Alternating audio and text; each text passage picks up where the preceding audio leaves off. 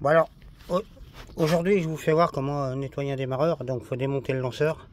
Et vous voyez ici c'est dégueulasse, c'est sale. Donc ça, quand vous mettez la clé, ça peut occasionner des problèmes de vitesse.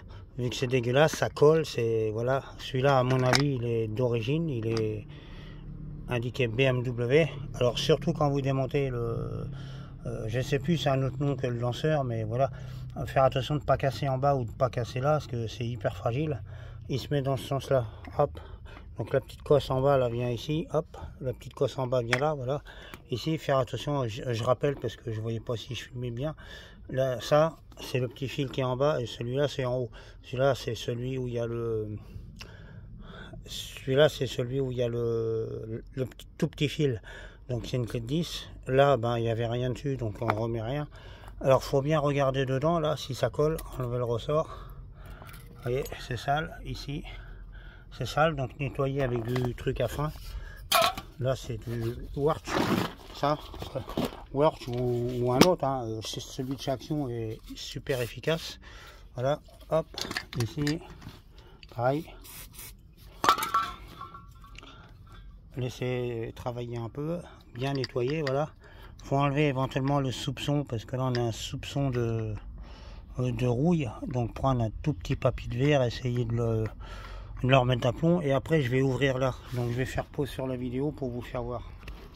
Alors surtout dedans là, vous voyez au milieu il y a un téton, c'est un poussoir dedans, donc n'allez pas le casser, parce qu'autrement le démarreur là, le lanceur, je sais plus comment ça s'appelle, Deloil ou je sais plus, un truc comme ça, là il serait mort, il fonctionnerait plus du tout. Donc il y en a, ils sont sertis, vous pouvez pas les démonter, mais si il y a des vis, vous pouvez les nettoyer. Alors ici j'ai mis du produit, là pas oublier de remettre le ressort, j'ai mis du produit, mais on aperçoit un soupçon de rouille. Donc nettoyer comme ceci, hop. Faire attention qu'il se barre pas dedans. Au pire des cas, ça se remet facilement. Voilà, donc je le nettoie et je reprends le téléphone après pour le reste.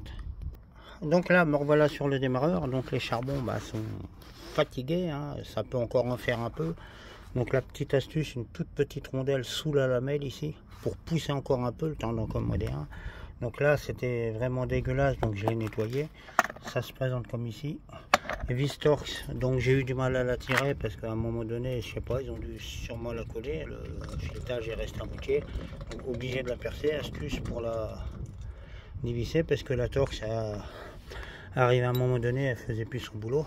Donc voilà, donc démarreur d'origine, c'est encore à peu près correct, mais à part de charbon, ou comme je vous dis, l'astuce c'est mettre une toute petite rondelle. J'en ai en cuivre, donc je vais le faire. Donc voilà, donc j'ai nettoyé, donc j'ai mis deux petites rondelles, vous voyez ici, hop, de ce côté là, et deux là de ce côté là. Alors c'est des accessoires que j'achète sur Temu, c'est vachement utile. Les petites rondelles en cuivre, tout le truc, les charbons. Donc pour l'instant j'ai besoin de ma voiture impérativement. J'ai acheté des kits de charbon, donc faudra que, il y a tout dedans, il y a des gros modèles, tout. Faudra que je redémonte éventuellement, ou que je change de démarreur, voilà. Mais le rotor est pas mort, le rotor est pas creusé, le rotor c'est ce qui est en cuivre là-bas en dessous, il n'est pas creusé, donc ça me dérange pas de redémonter. On peut le démonter sans démonter